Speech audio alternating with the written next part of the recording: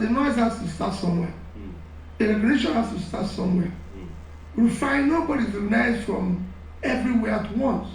Whether it's the stars, those who play football that will celebrate, they start with a club somewhere. They start street football, they play for Division 3, Division 1, eventually they will get there. The same thing is what happens everywhere. When a star is rising, it starts from somewhere, and you get, when the moon is coming, it starts from somewhere. Everything starts from somewhere. So it will not be a universal thing. So if Peter Obi is known and celebrated in the South, the people in the South, and I'm asking the young ones, to take their colleagues in the North. This is the man who can solve it. This campaign belongs to us all. It is time for us to understand this. All of us should be trumpeters of this change that is coming, this revolution that is on the brink. It rests in the hands of. Would you not like to tell your children and your grandchildren that, our country was dormant for years, and I was part of the people that brought this revolution, that brought us to this good place we are now? This is a time where you write your name in history, that you were able to become part of that change. And no amount of input into this revolution is too small. If it takes talking to people in the market when you go shopping, if it takes organizing meetups and trying to sensitize people, if you have the capacity, if it takes printing merchandise, printing campaign materials, if it takes rallying around and joining the Labour Party in your area and trying to help join sensitization movement, whatever you can do, on whatever scale, if it takes using your platforms, social platforms to evangelize, whatever you can do, do it. Because this campaign belongs to us all. Those people telling you, he does not have this one here, he does not. You want to join a group of naysayers. We are trying to push something. See, hope, like I tell you, is contagious. If we all choose to spread it, it will spread. And two, belief is the only thing that makes things possible. If you do not believe in your heart, how do you go out to make money? Making money from the beginning, when you have zero money, it seems impossible. But it is that belief that you have that becomes the driving force.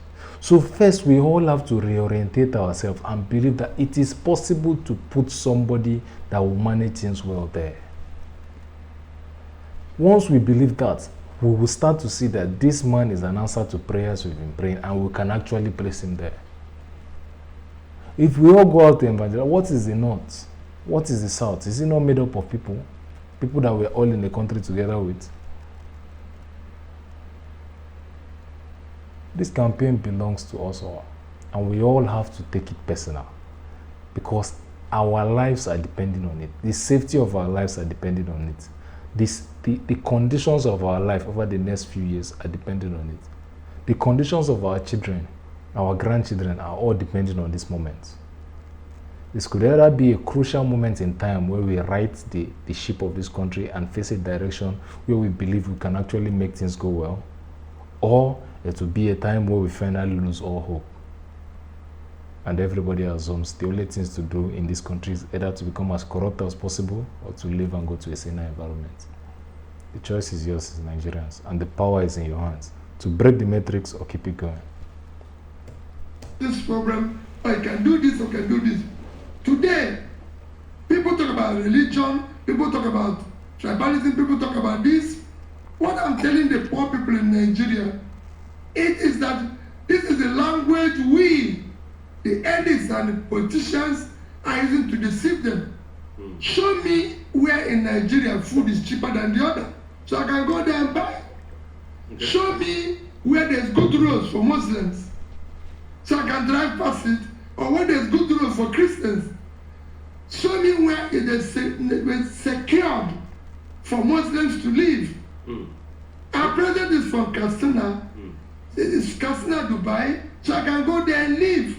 So when people are bringing all these issues, they just need to see the poor people. Poverty in Nigeria is all over. That's why agitations are all over. And what I want to solve is poverty. Okay. This thing he's pointing at is a system of governance that have existed since the beginning of time. It only takes a well-educated populace, people that are enlightened enough to see past this, for them to actually start the revolution that works. This is a system. There is no tribalism among billionaires. There is no religious sentiment among the top politicians ruling us. Everything they do is for show. It is in an ability to canvass votes. It is in an ability to divide the people and gain support. They know the best way to gain support is to pit one audience against the other audience. Because this aggression means these people would be willing to come out en masse for you in an bid to fight the other group. However, it is not as if they are on different sides of philosophy or have different orientation. It is not, because at the end, if they have all such different philosophies that you in the north, you are so against the people in the south, or the Christians are so against the Muslims, if we actually have this level of antagonism, if it was actually real, we won't have the case where everybody's in PDP today. 4 years later, they've moved to APC. 4 years later, they are back in PDP. This one that was quarreling with this one, this southerner, is now his vice. This one quarreling, this man is giving you an expo into how this thing works. People that are already well-read or well-studied, or students of history, or people that study human relations all over the world already understand these things. But it's very easy for the masses to get caught up in the idea that, now my people, now my people. Tell me how your people don't help you. Since your person don't be president, since your tribal man has been president, has the road in your villages been better? Share light for your house is 24 hours, but in the other villages people's house is not. Happy the road that leads to your house or all the Christian houses has been good and the road to the Muslim houses are bad? Has he given you money that? No. But they prey on this your tribalistic sentiment. They prey in your ability to want to belong to a group. Your ability to say it is us versus them. That is what they play against. They play on that basic ideology that the average human has. It is built into our DNA and we have to consciously fight it for us to gain things for ourselves. Because if we do not, the elites on the top will always use this to sow seeds of discord. Imagine how much this man is bringing credible solutions. He's bringing practical solutions that are easy to understand on how to fix things. Yet, a sizable number of people are against him. And the reason why they are against him and trying to fault everything he says, despite the fact that there is proof, is always because behind that their antagonism comes that tribal sentiment, comes that religious sentiment. And the truth is that at its core, that sentiment does not benefit us. Because these people that go there, they do not give us any special attention or any special gain. All we gain is a sense of pride in the fact that, oh, my person did there. But is your person, now your person will help you? Will he help you? Or do you want somebody that wants there to come there to actually make things happen? It is all a game. And you are not a player in this game. You are all just pawns that they move around.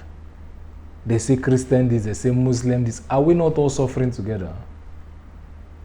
Would you rather not employ somebody that is a good manager that will work things out for us? Even if it's not from you. Okay, so definitely you don't believe in the Christian but you do a Christian-Muslim ticket for religious balance, right?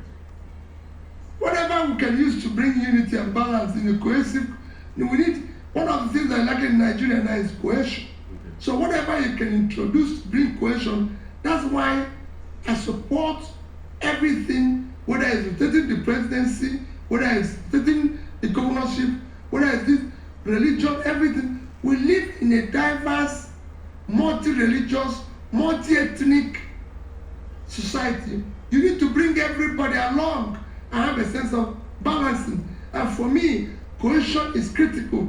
You need to bring this country back where we used to love each other.